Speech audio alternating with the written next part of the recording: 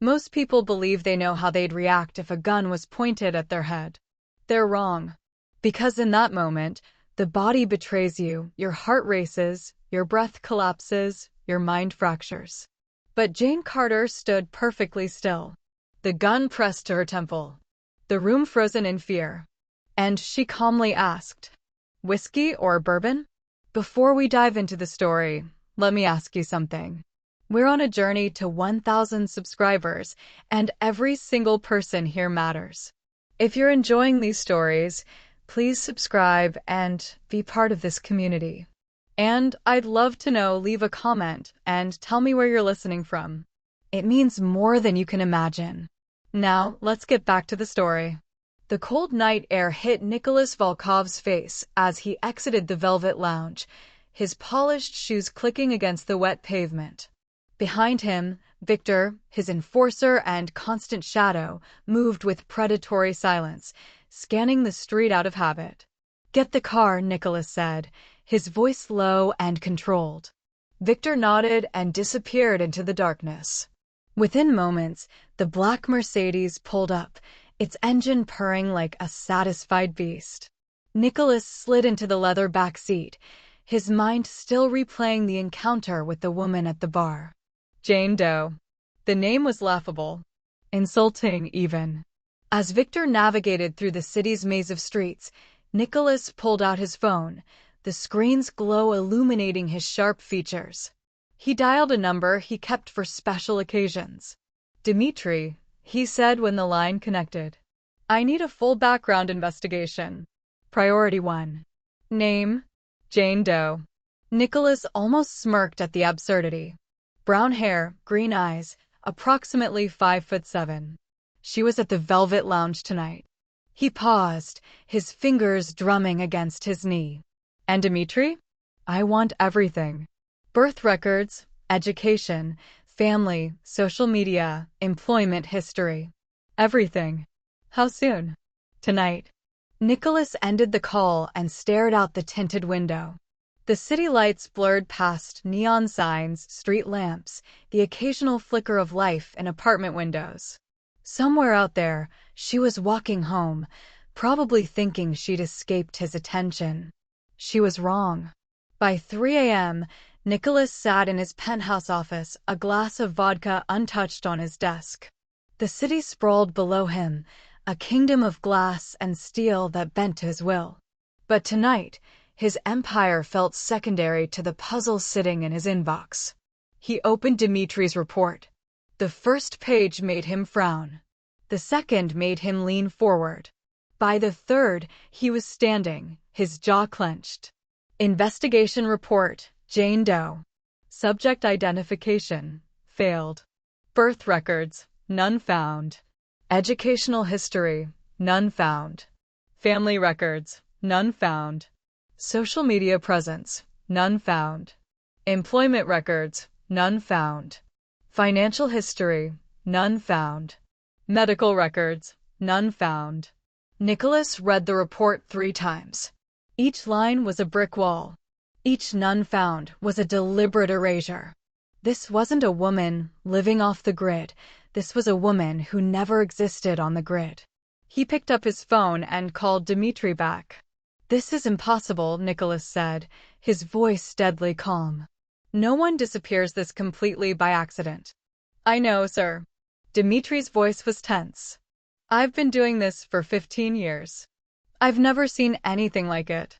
Either she's using an extremely sophisticated false identity, or she was erased," Nicholas finished. "Professionally. Intentionally." "Yes, sir." Nicholas hung up and turned back to the window.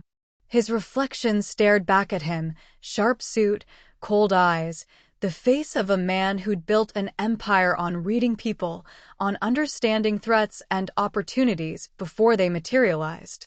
"Who are you, Jane Doe?" He couldn't stop thinking about her. At 4 a.m., Nicholas sat in his home theater, the projection screen frozen on security footage from the Velvet Lounge. He'd watched it 17 times, and each viewing revealed something new. Frame by frame, he analyzed her.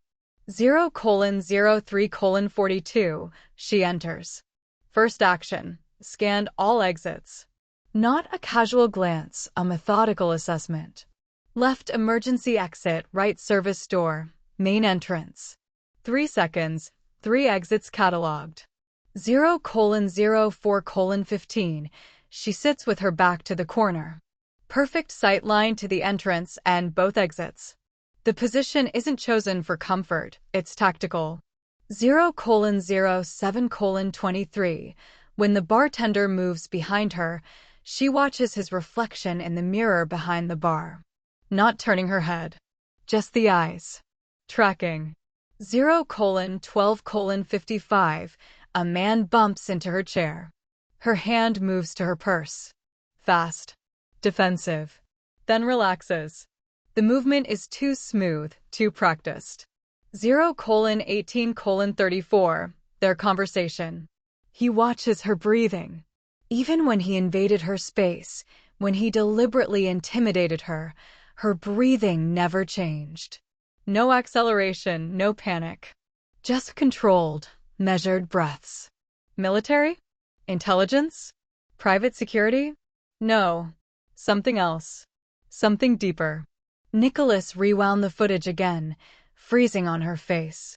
Those green eyes held secrets that even his resources couldn't crack. But secrets always had sources. Training left fingerprints. Skills had origins.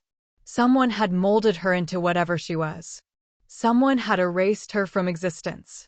Someone had sent her into his world. Why? He picked up his phone. Dmitri, he said when the line connected. I don't care what it costs. I don't care who you have to pay or threaten. He paused, his eyes fixed on Jane's frozen image. Find out who trained her. The line went silent for a moment. Yes, sir. Nicholas ended the call and drained his vodka in one swallow. The burn felt good. It reminded him he was still in control. But deep down, in a place he rarely acknowledged, Nicholas Volkov felt something. Jane's apartment was a study in erasure. 400 square feet of white walls and gray furniture. No photographs. No art. No clutter. The kitchen counter held exactly 3 items: a French press, a single mug, and a jar of instant coffee for emergencies. The bookshelf was empty except for a dozen paperbacks she'd bought from gas stations, books she could abandon without regret. Everything had its place. Everything could be packed in under 20 minutes. She stood at her laptop on the small dining table, the glow of the screen casting blue shadows across her face. The bank transfer page loaded slowly, numbers appearing in neat columns. Her checking account balance stared back at her, $847.23. She typed in the payment amount, $2,400. The cursor blinked over the Confirm Transfer button. Jane closed her eyes and pressed it. Recipient: Greenwood Memory Care Facility. The confirmation page appeared. Transaction successful. Her new balance, $1,552.77. She'd overdraft again. The bank would charge her $35. She'd have to pick up extra shifts. She'd have to skip meals. She'd done it before. She could do it again. Jane shut the laptop and walked to the window. The street below was empty, sodium lights casting orange pools on wet asphalt. She pressed her forehead against the cold glass. Mom doesn't even recognize me anymore. The thought arrived unbidden, sharp as a knife between ribs.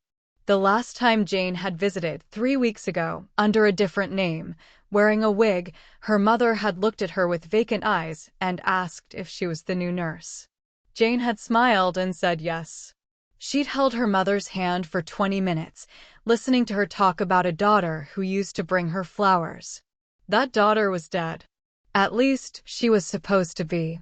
Jane turned away from the window and sat on the edge of her bed. The mattress was firm, the sheets white and tucked with military precision. She stared at her hands, calloused from years of handling glasses, scrubbing floors, working jobs that required no identification beyond a fake social security number. You are not normal, she told herself. *, you are not safe. You are not free, *. She was hiding. From what exactly changed depending on the day. From her past. From people who wanted her gone. From a life that had tried to kill her once and might try again. But mostly, she was waiting. For the other shoe to drop. For the trap to spring. For someone to finally find her. The next morning, Jane arrived at Rosie's bar to find the front door padlocked. A city health inspector's notice was taped to the glass, red lettering stark against the white paper. Establishment closed by order of the Department of Health. Violations. Code 12A, 17C, 23D. Appeal period, 30 days. Jane stared at the notice. Code violations. Rosie had run that bar for 20 years without a single complaint. The place was cleaner than most restaurants downtown. She tried calling Rosie. No answer. She tried Marco, the night bartender. Straight to voicemail. Her phone buzzed. A text from an unknown number. Your employment has been terminated effective immediately. Final paycheck will be mailed. Do not return to the premises. Jane read it 3 times. No explanation. No signature. Just a cold, corporate dismissal. She looked up at the building. The neon Rosie's sign was dark. The windows reflected nothing but gray sky. Something twisted in her gut, not fear exactly. Recognition. She'd felt this before. In another city, another life. The slow tightening of invisible strings. Coincidences that weren't coincidences. Doors closing one by one until there was nowhere left to run. Jane pocketed her phone and started walking. Her mind raced through the past few weeks, searching for mistakes. Had she said something wrong? Used her real name by accident? Let someone get too close? The man in the suit. The one with the broken watch. He'd asked her name. She'd said Jane. But he'd already known. The realization hit her like ice water. The questions. The timing. The way he'd looked at her, not curious, but confirming. Jane stopped walking. She stood in the middle of the sidewalk, people flowing around her like water around a stone.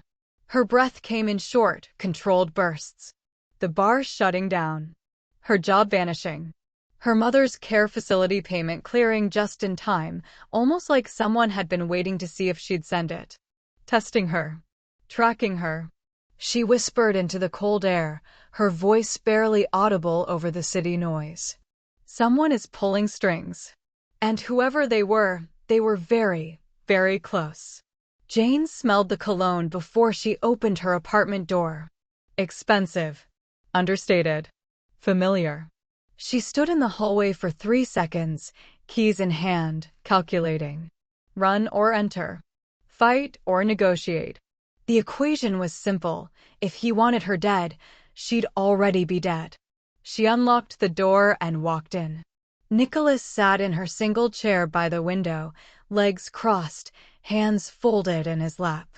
He wore a different suit, charcoal gray, 3-piece, no tie. The broken Patek Philippe was gone, replaced by nothing. His wrists were bare. You changed your locks last year, he said conversationally. August 14th. Locksmith came at 2 in the afternoon. You paid cash. Jane closed the door behind her and set her keys on the counter with deliberate calm. Breaking and entering is a felony. Only if someone reports it. His smile was thin. And you won't. She moved to the kitchen, filled a glass with water, and drank it slowly. Her mind worked through scenarios. Windows. 4th floor, no fire escape. Door. He'd be faster. Weapon. Nothing useful within reach. You're not running, Nicholas observed. That's smarter than I expected. Running implies I have somewhere to go. Jane set the glass down. We both know I don't. He tilted his head slightly, studying her. No panic. No questions. Most people would be screaming by now. I'm not most people. No, he agreed. You're not. Jane leaned against the counter, arms crossed.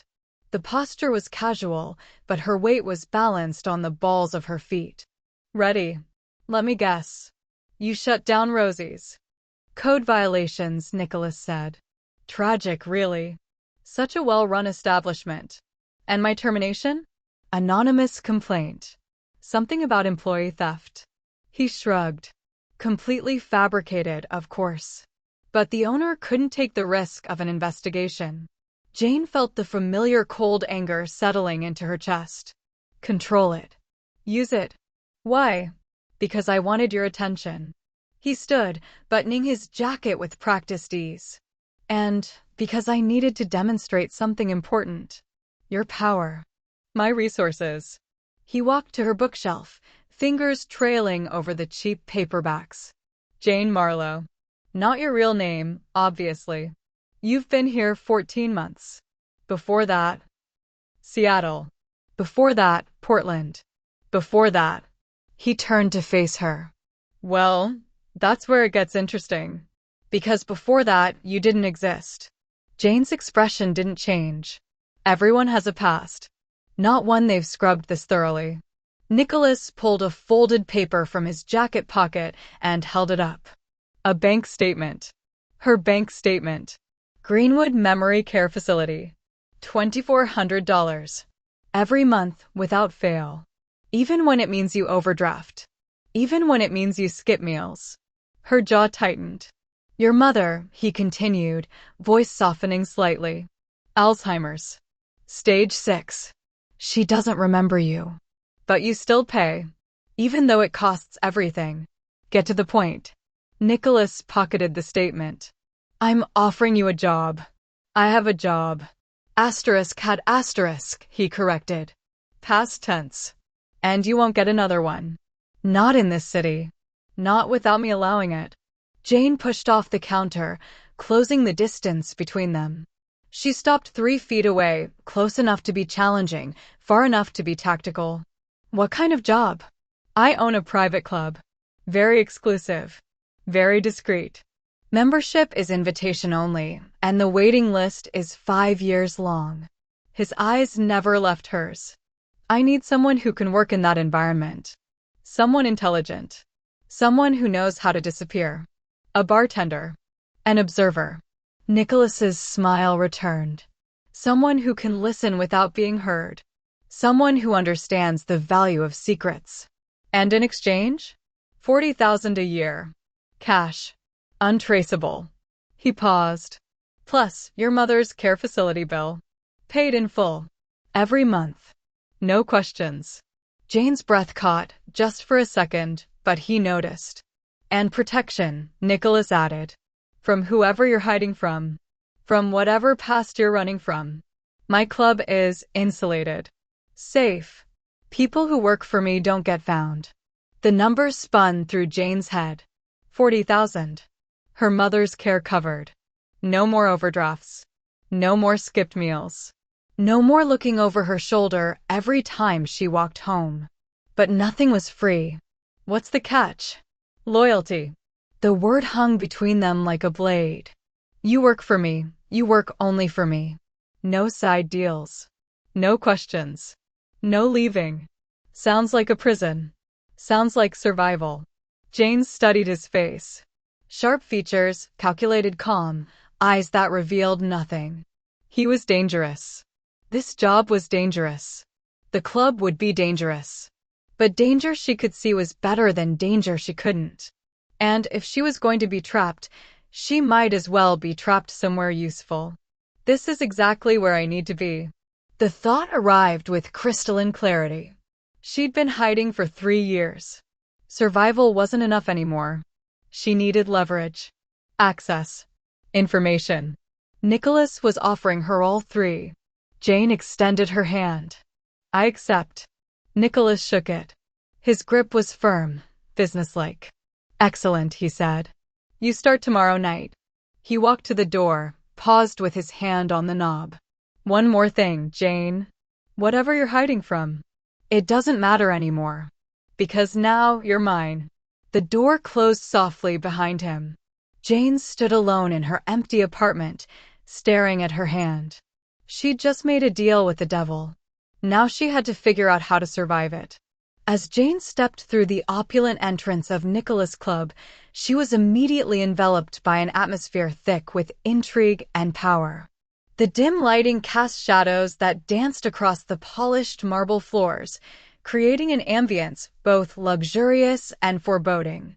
The club was a haven for politicians, criminals, and the elite, those who thrived in the shadows of society, where deals were struck and lives intertwined in a delicate balance of power. The air was rich with the scent of expensive cigars and the faintest hint of aged whiskey, mingling with the soft murmur of conversations layered with laughter that felt both genuine and rehearsed. As she moved deeper into the club, Jane's eyes adjusted to the darkness, revealing a world that thrummed with life beneath its glamorous facade. She could feel the weight of the room's attention as she navigated through clusters of well-dressed patrons, her heart racing with both excitement and trepidation. Today marked the beginning of her new role as floor manager, a position that demanded both respect and authority. She had been chosen for this responsibility, and with it came the obligation to command the staff and maintain order amid the swirling chaos of the club. Jane took a deep breath, steadying herself as she straightened her shoulders. She was ready to embrace her place in this world. The staff moved like clockwork around her, a well-oiled machine of servers and security personnel, each member aware of their duties, yet subtly attuned to the ever-shifting dynamics of the room. Jane quickly established a rhythm, issuing directives with a calm authority that surprised even her. With a flick of her wrist, she signaled to a waiter, redirecting him to a table that had been overlooked. A nod to the head of security ensured that the entrance remained monitored, and before long, the staff responded to her instincts without hesitation. As she commanded the room, Jane made it a point to observe everything.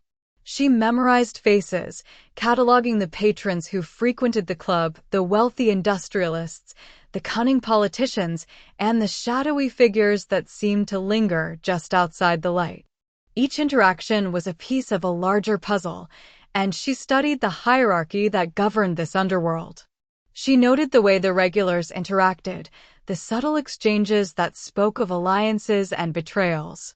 Identifying potential threats became second nature, her instincts sharpened with every passing minute, and she felt the pulse of the club throb beneath her fingertips. But it wasn't just the patrons that captured her attention. Nicholas was a constant presence in her periphery. He moved through the crowd with a confidence that was magnetic, his dark eyes scanning the room as though he could see through the facades people wore. Jane caught glimpses of him throughout the evening, his gaze lingering on her more than once, a curious blend of admiration and intrigue evident in his expression. There was something about her natural authority that fascinated him. It was as if he recognized she belonged here, in this den of lions, commanding respect without needing to raise her voice. His presence was a weight on her shoulders, both reassuring and unnerving. The silent acknowledgement between them sparked a tension that crackled in the air, making her acutely aware of the stakes involved in her new role.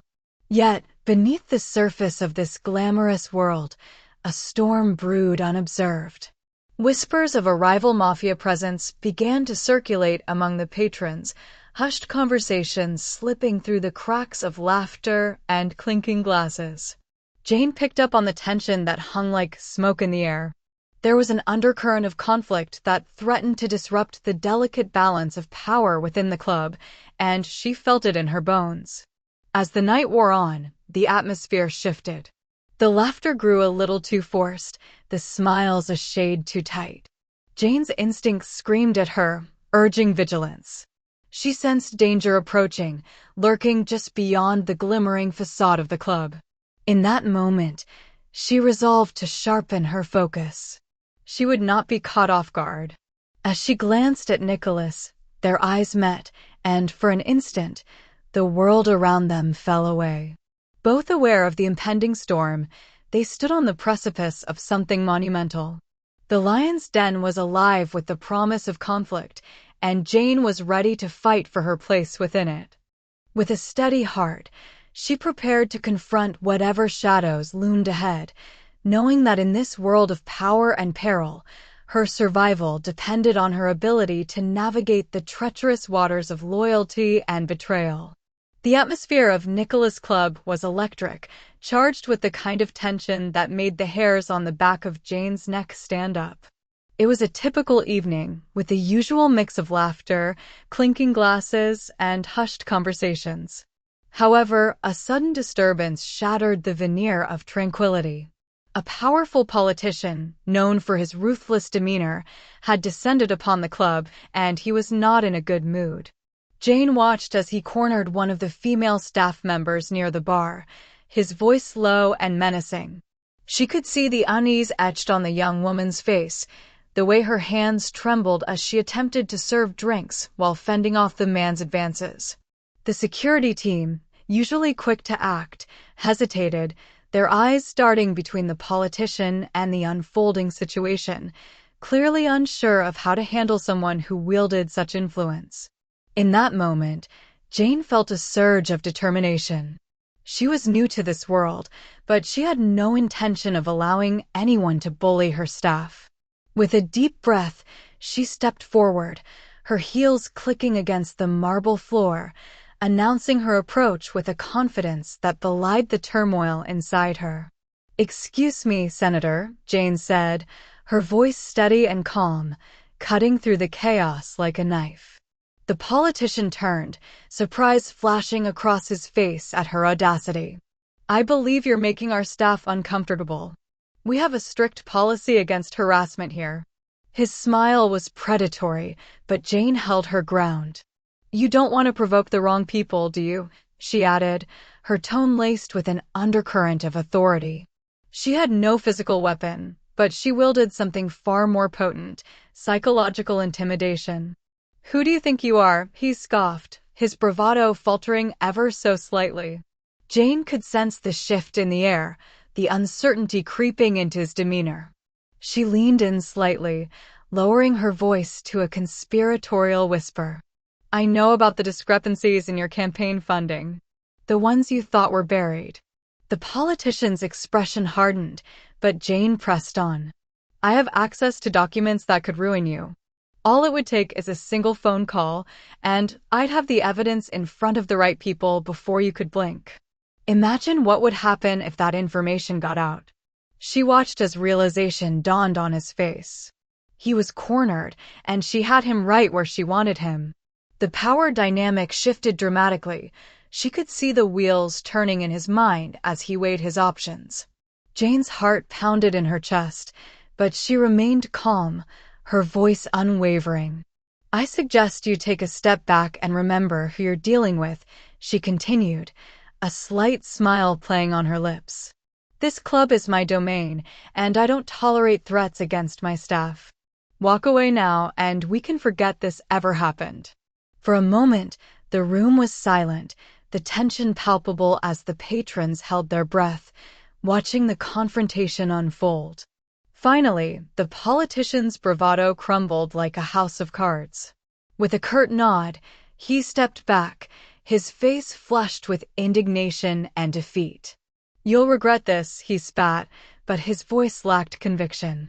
He turned on his heel and stormed out, leaving behind a stunned silence. As the crowd resumed its chatter, Jane exhaled slowly, the adrenaline coursing through her veins. The incident had been resolved without a single blow, but the victory felt monumental. She had proven herself in a way that few could have anticipated. From across the room, Nicholas had been watching the entire exchange, a mixture of admiration and intrigue etched across his features. With every word Jane had spoken, he recognized her ability to control people, to manipulate fear with nothing but her presence and intellect. She had turned a potentially explosive situation into a display of power without a weapon. As Jane returned to her duties, Nicholas approached her, his expression serious. "You handled that well," he murmured, his voice low enough for only her to hear. "But I can't help but wonder, how far are you willing to go to protect what's yours?" Jane met his gaze, her confidence unwavering. As far as it takes. I won't let anyone threaten my team. Nicholas studied her for a moment, a flicker of realization crossing his face. You're not just useful, you're dangerous. The words hung in the air between them, a promise and a warning all at once. Jane felt the weight of his observation, knowing that in this world of shadows and power plays, she had carved out her own place. And she would do whatever it took to maintain it. As the vibrant energy of Nicholas' club pulsed around her, Jane felt both a part of this world and an outsider looking in. Each night, the club transformed into a labyrinth of ambition and power, and she had become adept at navigating its complexities. However, beneath the surface of her new life, a deeper game was unfolding, one that neither she nor Nicholas fully understood yet. Nicholas, with his piercing gaze and commanding presence, was not a man to be underestimated. Since the incident with the politician, he had taken a keen interest in Jane, his curiosity piqued by her formidable display of authority. But he was not merely intrigued, he was investigating. He had begun to dig deeper, unraveling the threads of her past, each discovery more unsettling than the last. In the shadows of his office, Nicholas pored over documents and digital files, connecting dots that led him down a path he hadn't anticipated. His investigation revealed traces of covert training, evidence of erased identity protocols, and whispers of possible intelligence ties. The implications were staggering. Who was Jane really? And what had she been involved in before stepping into his world? While Nicholas sifted through the fragments of information, Jane was engaged in her own secret mission. She had been quietly collecting intelligence on Nicholas' expansive network, studying the intricate web of connections that sprawled throughout the city.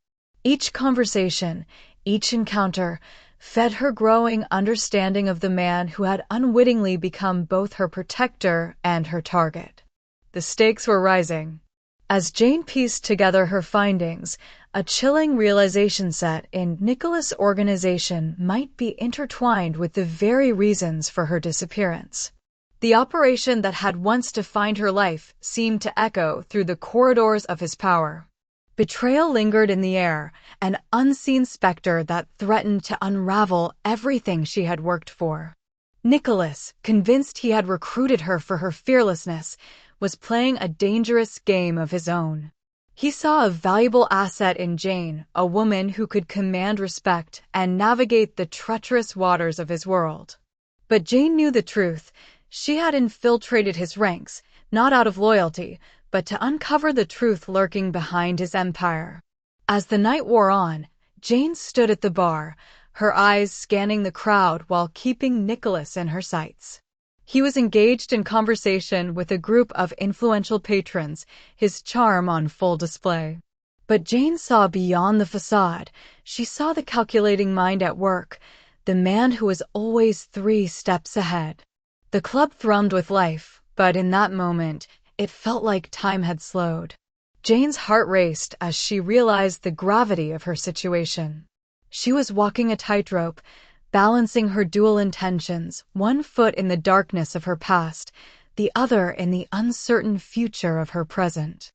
Finally, their eyes met across the crowded room.